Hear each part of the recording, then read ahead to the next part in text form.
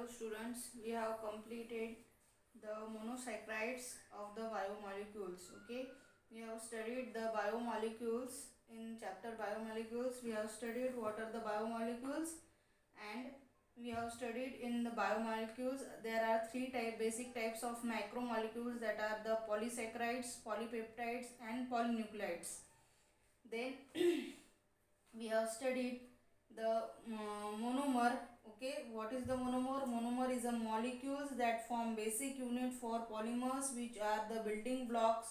Monomer bind to other monomer to form repeating chain molecules through a process known as polymerization.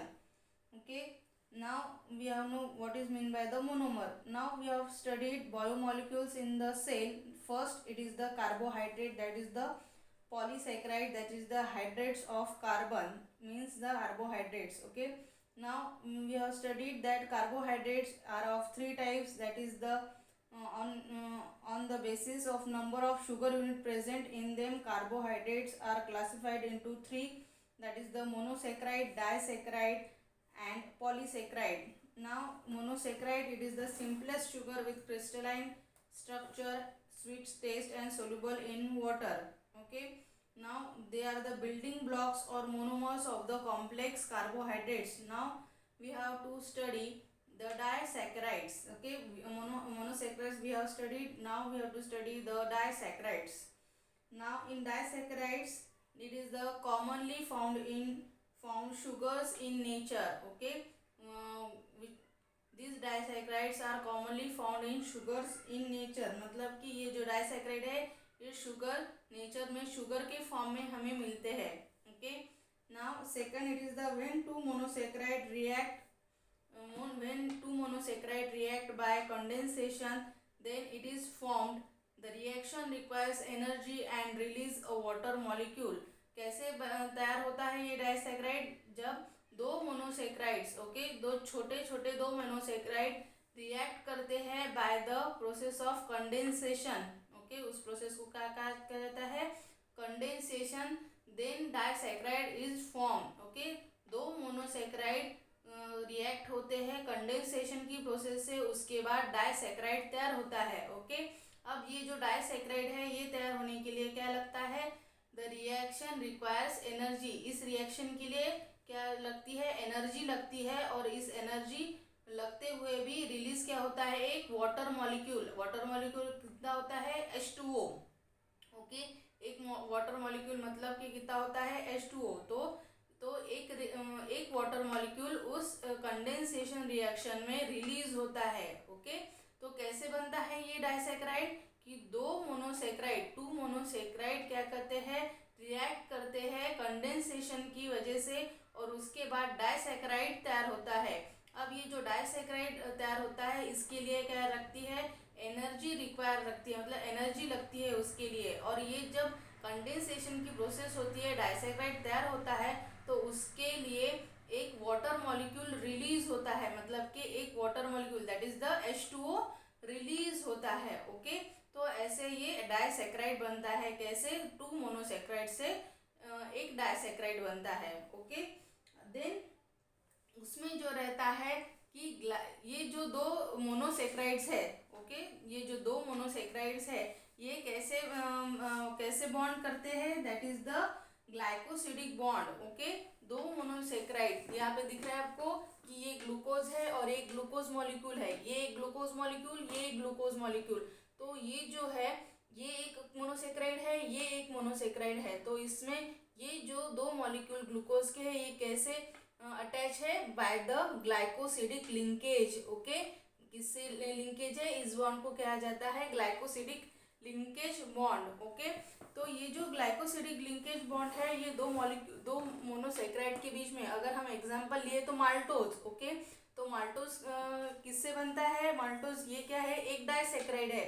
मतलब कि एक glucose monosaccharide और दूसरे glucose monosaccharide से क्या है? अटैच है. तो ये जो अटैच है ये कौन से बॉन्ड से अटैच है? That is called as a glycosidic linkage, और ग्लाइकोसिडिक बॉन्ड इसे कहा जाता है. ओके, तो माल्टोज, यहाँ पर हमने एग्जाम्पल लिया माल्टोज का. तो एक ग्लूकोज मॉलिक्यूल या फिर मोनोसैक्राइड और दूसरा ग्लूकोज मोनोसैक्राइड दो अटैच है किससे, ग्लाइकोसिडिक बॉन्ड से, और तभी क्या बनता है, माल्टोज, जो कि क्या है, एक डाइसैकराइड है। ओके, तो ऐसा ये ग्लाइकोसिडिक बॉन्ड रहता है दो मोनोसेक्राइड्स में। ओके, अब ये जो डाइसैकराइड रहता है माल्टोज, ये कैसे बना है, अगर हम इसका अगर दो टुकड़े कैसे करेंगे, तो ये जो होता है ये रहा maltose, that is the C12H22O11, मतलब कि कितने हैं, ग्लूकोज का फॉर्मूला क्या है, C6H12O6, मतलब कि इसके बाद में ये जो है ये क्या है, माल्टोज है, इसका फॉर्मूला क्या है, C12H22O11। अब इसका क्या होगा, वाटर मॉलिक्यूल, मतलब कि जब हाइड्रोलिसिस होगा मतलब कि क्या, हाइड्रोजन अलग होगा, तो इसमें इसके बाद क्या होगा कि दो जो मोनोसेक्राइड्स है, that is the C6H12O6 plus C6H12O6, मतलब कि क्या बनेंगे, दो ग्लूकोज के मॉलिक्यूल बनेंगे। ओके, जब ये बॉन्ड ब्रेक होगा, ये जो ग्लाइकोसिडिक बॉन्ड ब्रेक होगा, तो उसके बाद क्या नहीं मिलेगा, ये जो H2O, ये दो बॉन्ड अलग निकलेंगे। ओके, मतलब H2O अलग निकलेगा, एक वाटर मॉलिक्यूल अलग निकलेगा, और क्या तैयार होगा, C6H12O6 एक ग्लूकोज मॉलिक्यूल, और C6H12O6 दूसरा ग्लूकोज मोनोसेक्राइड अलग अलग होंगे, मतलब कि C6H12O6 प्लस C6H12O6 मिलके क्या बना है, माल्टोज बना है, जो क्या है, एक डाइसैकराइड है। ओके, नाउ ये जो डाइसैकराइड है, इसके अंदर कौन से लिंकेज से है, ये ग्लाइकोसिडिक बॉन्ड से। ओके, अगर ब्रेकेज होगा ये ग्लाइकोसिडिक बॉन्ड का, तो यहाँ से क्या निकलेगा, एक वाटर मॉलिक्यूल बाहर निकलेगा, मतलब कि ये एक H, ये एक H, मतलब कि H2O। ओके, ये जरा ऑक्सीजन, मतलब ये पूरा जो पार्ट है ये बाहर निकलेगा, और H2O बाहर निकलेगा, मतलब कि क्या, एक रिलीज क्या होगा, एक वाटर मॉलिक्यूल रिलीज होगा। ओके, और इसके बाद में क्या होगा कि वो दो अलग अलग क्या होंगे, मोनोसेक्राइड तैयार होंगे, that is the one glucose monosaccharide and second glucose monosaccharide. Okay, अब इसके बाद में क्या है, उसकी प्रॉपर्टी अलग से डाइसैकराइड की, कि ये जो है, ये डाइसैकराइड्स क्या रहते हैं, आर सोल्यूबल इन वाटर है, but can not pass through membrane, cell membrane by diffusion due to their large size. Okay, हमने मोनोसेक्राइड में देखा था कि ये जो मोनोसेक्राइड रहते हैं वो क्या करते हैं, सेल के पास करते हैं, मतलब पास होते हैं। ओके, पास थ्रू होते हैं वो जो मोनोसेक्राइड होते हैं वो, मगर ये जो डाइसैकराइड है ये पास नहीं हो सकते हैं, क्योंकि उनकी जो साइज है वो लार्ज रहती है, मतलब कि दो मोनोसेक्राइड से एक डाइसैकराइड बनता है, इसलिए वो जो डाइसैकराइड है ये पास नहीं हो सकता सेल मेम्ब्रेन से। ओके, तो जो मोनोसेक्राइड पास हो रहा था वो होता है क्योंकि उसकी छोटी साइज रहती है। ओके, अब सिर्फ एक मोनोसेक्राइड से बना रहता है इसीलिए, पर ये डाइसैकराइड क्या है, ये डाइसैकराइड साइज इसकी बड़ी होती है, मतलब कि दो मोनोसेक्राइड से बना रहता है, इसलिए ये सेल मेम्ब्रेन के थ्रू नहीं पास हो सकता। ओके, अब ये जो ब्रोकन डाउन होता है, अब ये क्या होता है, कैसे ये पास होता है, फिर कैसे डाइसैकराइड पास होता है सेल मेम्ब्रेन से, पहले तो क्या होता है उसका कि वो ब्रोकन डाउन होता है in small intestine during the digestion. Okay, ये जो डाइसैकराइड है इसका क्या होता है, ये ब्रेक होता है कहाँ पे, स्मॉल इंटेस्टाइन में ड्यूरिंग डाइजेशन की वक्त, और ये कन्वर्ट होता है मोनोसेक्राइड में। ओके, तो पहले तो अगर ये पास होना है सेल मेम्ब्रेन के थ्रू, तो इससे पहले क्या होना होगा, ब्रेक होना होगा, मतलब ब्रोकन डाउन होना होगा, और उसके बाद ही जब वो मोनोसेक्राइड बनेगा, उसके बाद ही वो सेल मेम्ब्रेन या फिर सेल के पीछे वो जा सकेगा। ओके, सेल के आत्म में वो जा सकेगा, मतलब कि क्या होगा कि जो डाइसैकराइड है पहले ब्रोकन डाउन होगा स्मॉल इंटेस्टाइन में ड्यूरिंग डाइजेशन, और फिर उसका कन्वर्शन किस में होगा, मोनोसेक्राइड में होगा, और फिर मोनोसेक्राइड क्या होगा, then pass through to the cells by absorbing in blood में फिर वो मोनोसेक्राइड एब्जॉर्ब होगा। ओके, तो ऐसे ये एब्जॉर्ब होता है डाइसैकराइड, मतलब कि डायरेक्टली डाइसैकराइड ब्लड में एब्जॉर्ब नहीं हो सकता, क्योंकि उसकी क्या होती है, लार्ज साइज होती है, इसीलिए उससे पहले क्या होना होता है, स्मॉल इंटेस्टाइन में डाइजेशन के थ्रू ये ब्रोकन डाउन होता है इनटू मोनोसेक्राइड, एंड देन ये passes to the cells by absorbing in blood. Okay, तो ऐसा ये इसका प्रोसीजर होती है. Then there are types of disaccharide. Okay, types of disaccharide कौन से हैं? That is the sucrose, lactose and maltose. Okay, sucrose, अब ये जो सुक्रोज है ये नॉन रिड्यूसिंग शुगर है, लैक फ्री अल्डिहाइड और केटोनिक ग्रुप. ओके, ये इन सुक्रोज में हमें क्या दिखता है? ये नॉन रिड्यूसिंग शुगर है क्योंकि इसमें कौन सा भी अल्डिहाइड और केटोनिक ग्रुप नहीं मिलता, इसीलिए ये जो सुक्रोज है ये नॉन रिड्यूसिंग शुगर है. वैसे कि लैक्टोज, अब ये जो लैक्टोज है किससे बना है? ओके, हमारा हो गया है लास्ट. इसमें लैक्टोज किससे बना है? That is the it is कैसे बना है? ये ग्लूकोज और गैलेक्टोज के मिलने के बाद ये लैक्टोज बनता है. मतलब एक ग्लूकोज मॉलिक्यूल और एक गैलेक्टोज मॉलिक्यूल बनके ये लैक्टोज, ये डाइसैकेराइड बना है. अब ये जो लैक्टोज है ये क्या है? ये रिड्यूसिंग शुगर है इन बीटा फॉर्म, क्योंकि beta made up from the beta galactose and beta glucose. ये किससे बना है? ये रिड्यूसिंग शुगर है क्योंकि इसमें ये बीटा फॉर्म में हमें मिलता है. और ये बीटा फॉर्म में क्यों मिलता है हमें? क्योंकि बीटा गैलेक्टोज और बीटा ग्लूकोज से मिलकर ये लैक्टोज डाइसैकेराइड बना है. ओके, तो ये लैक्टोज क्या है? रिड्यूसिंग शुगर है. देन ऑल्सो माल्टोज, माल्टोज भी क्या है? एक रिड्यूसिंग शुगर है. ओके, अब ये माल्टोज किससे बना है? दो ग्लूकोज मोनोसैकेराइड से, जैसे कि ये है. ओके, यही माल्टोज है. मतलब एक ग्लूकोज मोनोसैकेराइड प्लस दूसरा मोनोसैकेराइड बनके ये पूरा क्या है?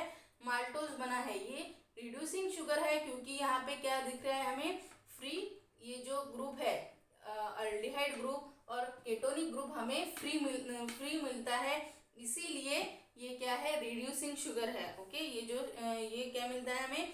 फ्री. यहाँ पे अल्डिहाइड ग्रुप और केटोनिक ग्रुप हमें फ्री मिलता है, इसीलिए ये माल्टोज भी क्या है?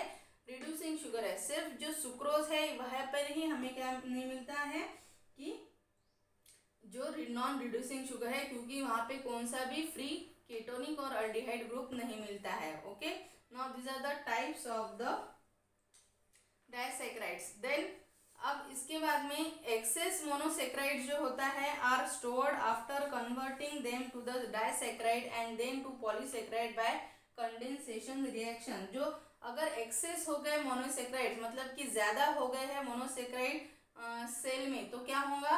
वो स्टोर होंगे. ओके, वो स्टोर होंगे बाद में. किसके बाद में? डाइसैकेराइड बनने के बाद में. मतलब कि क्या? पहले डाइसैकेराइड का कन्वर्शन, सॉरी, मोनोसैकेराइड का कन्वर्शन डाइसैकेराइड में होगा और फिर उसके बाद वो स्टोर होंगे सेल में. एंड देन अब उसका डाइसैकेराइड का कन्वर्शन फिर पॉलीसैकेराइड में होगा by the condensation reaction. Okay, by ये जो कंडेंसेशन रिएक्शन है वो होगी, मतलब मोनोसैकेराइड का कन्वर्शन पहले डाइसैकेराइड में होगा, फिर डाइसैकेराइड का कन्वर्शन पॉलीसैकेराइड में होगा बाय कंडेंसेशन रिएक्शंस, और फिर उसके बाद में वो क्या है? वो स्टोर होगी सेल में. मतलब डायरेक्टली मोनोसैकेराइड नहीं हो सकते स्टोर, तो कौन से स्टोर हो सकते हैं? सिर्फ पॉलीसैकेराइड या फिर डाइसैकेराइड स्टोर हो सकते हैं. इसीलिए मोनोसैकेराइड मिलके पहले डाइसैकेराइड तैयार करेंगे, फिर डाइसैकेराइड मिलके पॉलीसैकेराइड तैयार करेंगे बाय द कंडेंसेशन रिएक्शन, और उसके बाद में वो जो पॉलीसैकेराइड तैयार हो गए वो स्टोर हो गए सेल में. ओके, अब ये रहा, that is the disaccharide. Okay, this is all about the disaccharide. आपको समझ में आया? दैट इज द डाइसैकेराइड कि ये जो डाइसैकेराइड है ये क्या किससे बने रहते हैं? दो मोनोसैकेराइड के इससे एक डाइसैकेराइड बनता है. ओके, अब ये जो ये एग्जांपल रहा, दैट इज द माल्टोज. एक ग्लूकोज मॉलिक्यूल और दूसरे ग्लूकोज मॉलिक्यूल्स के साथ में क्या हो गया है? कंबाइन हो गया है, और क्या हो गया है? एक माल्टोज जो है डाइसैकेराइड तैयार हो गया है. ओके, अब ऐसे ही पॉलीसैकेराइड तैयार होते हैं. मतलब कि क्या? ऐसे ही पहले मोनोसैकेराइड का कन्वर्शन डाइसैकेराइड में होता है और डाइसैकेराइड का कन्वर्शन मोनोसैकेराइड में होता है. अब इसमें जो रहता है, ये जो रहता है that is the one glucose molecule और दूसरा ग्लूकोज मॉलिक्यूल, या फिर मोनोसैकेराइड कहे हम तो इसमें क्या कौन सा रहता है? दैट इज द ग्लाइकोसिडिक जो बॉन्ड है या फिर ग्लाइकोसिडिक लिंकेज से ये दो जो मोनोसैकेराइड्स है ये अटैच रहते हैं या फिर उनमें बॉन्ड तैयार होता है. ओके, अब ये जो बॉन्ड अगर टूटता है तो इसमें क्या होता है कि वाटर हाइड्रोलिसिस होता है, और ये जो बॉन्ड अगर तैयार होता है तो इसमें क्या होता है कि H2O मॉलिक्यूल बाहर निकलता है. ओके, अब ये अगर मोनोसेक्राइड, ये ग्लूकोज मोनोसेक्राइड और ये ग्लूकोज मोनोसेक्राइड अगर मिल गए, ओके, एक साथ हो गए बाय द कंडेंसेशन रिएक्शन, तो क्या रिलीज होगा, ये H2O, मतलब कि ये H और ये H मतलब 2H2 और ये O है, ये रिलीज होगा। ओके, नाउ अब ये जो है इसमें हमें दिखता है कि डाइसैकेराइड क्या बना है, किससे बना है, एक ग्लूकोज मॉलिक्यूल से और दूसरे ग्लूकोज मॉलिक्यूल से। Okay, now this is all about the disaccharide. Okay, now in next video we see the polysaccharides. Thank you.